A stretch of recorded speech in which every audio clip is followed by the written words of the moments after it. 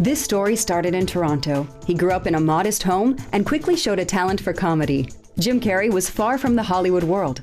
Growing up in a middle-class family in Canada, nothing could have prepared him for the drama that would later occur in his life. There is this famous story that he would have his father drive him into the downtown core of Toronto after he'd finished his homework for high school so that he could perform at various comedy clubs. Now, these didn't always go very well. He was so dejected after nobody laughed at one of his impressions or one of his jokes that he vowed never to do comedy again. For a while, his family's financial struggles made it difficult for Carrey to fulfill his ambition.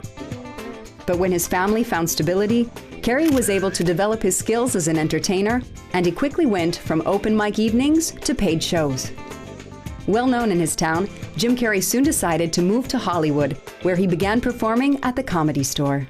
In Los Angeles, he was right in the heart of it, right in the beating heart of the original stand-up comedy boom. And his really big break came in 1982, and he got a shot on The Tonight Show with Johnny Carson. His first years in Hollywood didn't make Jim Carrey a star, but his confidence led him to make a crazy promise to himself. When he was in his late 20s, early 30s, he wrote himself a check for $10 million. He signed the check, and he says, in 10 years, on this date, X date, I am going to cash this check that I wrote to myself. Carrey quickly turned his attention to the film and television industries. He went to New York to audition to be a cast member of NBC's Saturday Night Live. My name is Jim Carrey, and this is my Saturday Night Live audition. Carrey was surprisingly not selected. However, he found another position that would rapidly make him a TV star. His real breakthrough in television came in 1990 when he was cast on the sketch comedy show In Living Color. It was the African-American response to Saturday Night Live, and Jim Carrey was cast as the white guy. But it wasn't until 1994, more than a decade after his arrival in Hollywood, that Carrey had his big break in the movie industry. I suggested something at the time that was insane. I suggested hiring a guy who was a television star named Jim Carrey. And I remember calling my friends at that time, and they said, well, he's just a TV star. But I thought, no, but they haven't tapped into who this guy is. Jim Carrey's a genius. Everybody was seeing that on In Living Color. He was a genius. He was stealing every scene, creating characters that were so hilarious and over the top, but relatable somehow. And I said, if we can tap into that guy, we'll have something really special. We start rolling. One of the first scenes we did was Jim kicking a box down the street as a UPS delivery guy. What I saw when I saw him was, I think, the discovery of electricity might have been a similar moment. I was discovering something electric. I have definite ideas of how I see things, and luckily Tom and I get on together well, and he's open to my thoughts and stuff, and he has the ultimate say, but I am such a good powder. Ace Ventura: Pet Detective, not a guaranteed success, would prove Jim Carrey had the status of a major movie star. I am the man that every man would love to be. Okay. The Farley brothers, who wanted Carrey for their directing debut Dumb and Dumber, witnessed his rise. When Ace Ventura was about to come out, New Line finally stepped in to us, and they said, we'll come on board. We like Jim. We'll give him $250,000 to star in this low-budget movie, Dumb and Dumber. They offered him $250. He wanted $350. They said, absolutely not happening. And they were at a standstill. And then the movie opened. Ace Ventura opened. And Smash hit. And it was #1. So they said, yeah, okay, we'll give you your $350. He said, no, I want $1 million. What? You're crazy. The following week, #1 again. #1. He goes to $2 million. Yeah, they come back, we'll give you $1 million. Nah, I want $2. Well, anyway, many 4 weeks later, it was still #1, and he got $7 million. And everyone else in town was offering him projects and all that, so he was, he was in the driver's seat. It was the highest paid to any comedic actor in the world at the time. At the beginning of 1994, Jim Carrey was a television actor. At the end of 1994, Jim Carrey had starred in 3 multi-million-dollar grossing movies. That's a 1-year period.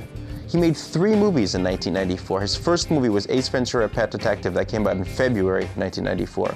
Second movie was The Mask, that came out in July 1994. His third movie was Dumb and Dumber, that came out in December 1994. With each movie, Jim Carrey was climbing higher and higher on the Hollywood scale. And the actor soon broke another record with the Ben Stiller-directed film, The Cable Guy. I think we're good. The success that Jim Carrey vehicles met in the international box office meant that he was able to negotiate a $20 million payday for the next one. Only it was also a sign that he was looking to expand on what a Jim Carrey movie meant. At once, it's the product of all the power that Jim Carrey had accrued up to that point in terms of the $20 million paycheck. It's also the first sign that he was looking to move beyond what had given him that much power. And he did not play an endearing lunatic, he played a kind of a terrifying lunatic actually. But it's a good movie. Well, hopefully after this movie, I will not only be, you know, the guy with the poster on the wall, but I'll be the monster under the bed as well. He got possessed with some weird kind of strange psychedelic energy. I mean, I'm not exaggerating. He really did some weird stuff. Carrey indeed established himself as an extreme perfectionist, carrying the reputation of being sometimes difficult to work with. Oh, really? The toilet scene and where he beats himself up in the bathroom in Liar, Liar comes to mind, where it's the actual sound of his head hitting the floor. We did not add a sound on that. And my head would have been a cantaloupe. Over the years, you hear occasional stories about Jim being difficult on set, but you know what? I read those scripts those movies where he was difficult on the set, and they were great scripts that were turned into not great movies. I read one script that was a masterpiece, got turned into a pile of dog doo, and he got this reputation as being difficult. Well, who wouldn't? Who wouldn't? Because he's a perfectionist. The comedy king took the risk in 1998 to explore more dramatic roles. The Truman Show, both a critical and popular success, revealed Jim Carrey as one of the best actors of his generation. This movie also earned him a Golden Globe Award. Jim Carrey! This is serious. It's going to be so hard to talk out of my ass after this.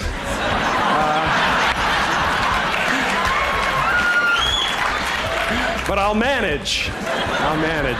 If his first goal was, his first visualization was to see himself cashing that $10 million check, I have to imagine that his next visualization was to see himself with an Oscar in hand. Truman Show was the first one. Great reviews, Golden Globe nominations, come Oscar announcement, zip, nil, bupkis. Why? Because there was still this belief that he had to prove himself. But the perfectionist was about to go a step further and reveal a more disturbing aspect of his persona. In 1999, Carrey was cast to portray comedian and performance artist Andy Kaufman in Man on the Moon. The movie, directed by legendary director Milos Forman, offered Carrey his second Golden Globe for Best Actor. Great job with Man on the Moon. He completely lost himself in the character. But the making of the movie happened to be chaotic. Documentary Jim and Andy, The Great Beyond, released on Netflix, alternates between contemporary interviews with Carrey and first-hand footage of the making of Man on the Moon. Universal Pictures buried those images for 20 years, scared that the footage would destroy the reputation of the actor. We can see Carrey remaining the character the entire shoot, pushing his dedication to the edge of sanity, creating tension and frustration among his co-stars. The actor himself admitted that this experience was a pivotal point in his life and career, that it has been difficult for him to go back into his own skin. Despite his wild commitment, the actor failed to get the Oscar nomination he was going for. It came up short. It was the industry saying, no, know your role.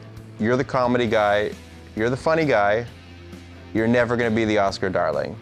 Know your role and occupy it. And he did. Coincidentally, his next project saw him playing a schizophrenic character. It was the Farrelly Brothers movie, Me, Myself, and Irene, maybe Carrey's greatest achievement in comedy.